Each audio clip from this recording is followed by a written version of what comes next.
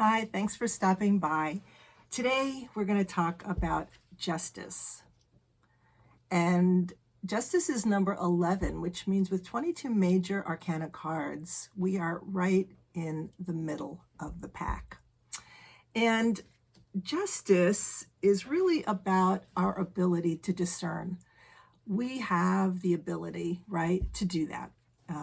We all know that we overuse our brains, think about things maybe we don't need to, perseverate about things we don't need to.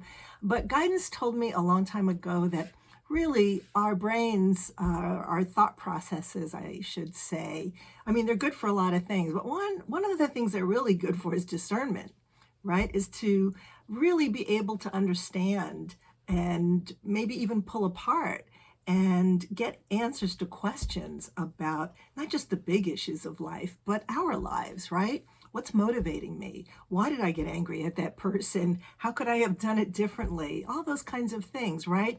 Why is it that I allow my emotions to pick the wrong person for a relationship? Maybe I should wait and be a little bit more discerning. Those are just some examples I came up with off the top of my head, but I think you get my point, right? So let me read you what I discovered about justice, number 11, equilibrium and balance, right?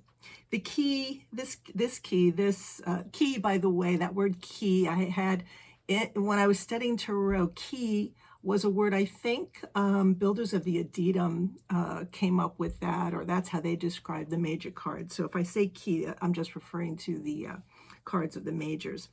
The key is the center of the tarot's major arcana, right? This card. Here we think. Law in physics, every action has an equal and opposite reaction. The law, of course, is just about cause and effect. Justice helps us to be discriminating, aware of what is fair. And nature is not always fair and reasonable, but humans have the capacity to reason. And we have passed through the 1 and the 10 of the cards, and here we're transferring the manifested powers represented by the rest of the deck, 12 to 21. So justice is the place where we accept that everything we do, every event in our life got us here, and we are in a place of acceptance, that we do not judge ourselves harshly, and there is a knowing here, an isness to life, that we are free because we can make free choices only because we understand ourselves. We have visited our past and are able to release and forgive, moving on to our unknown future. Justice is the birth of our higher self. Justice is the ability to stay in the middle, the calm amidst the storm. Our sides being taken, question mark? What can we learn about ourselves or our situation from this dynamic? Here we find fair, rational, and reasonable solutions.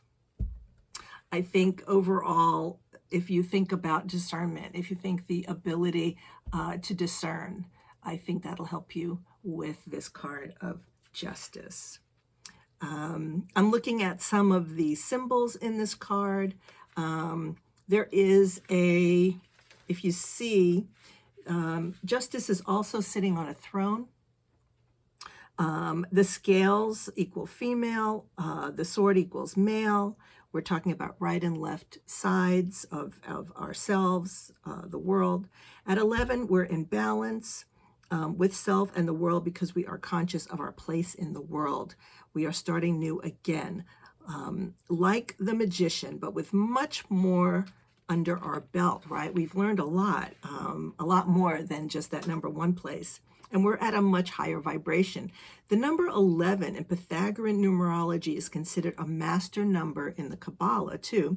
The number value 30 means to teach, to instruct, and is associated with the Hebrew letter lamed, meaning action, drive, which urges and guides and is associated with the ox.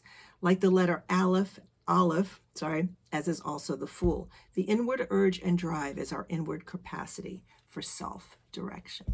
All right, well, thank you for being here with me. If you have any comments about the Justice card, things you've learned about the card yourself, would love for you to share that and let us know what you think. And I'll see you next week for the number 12 card.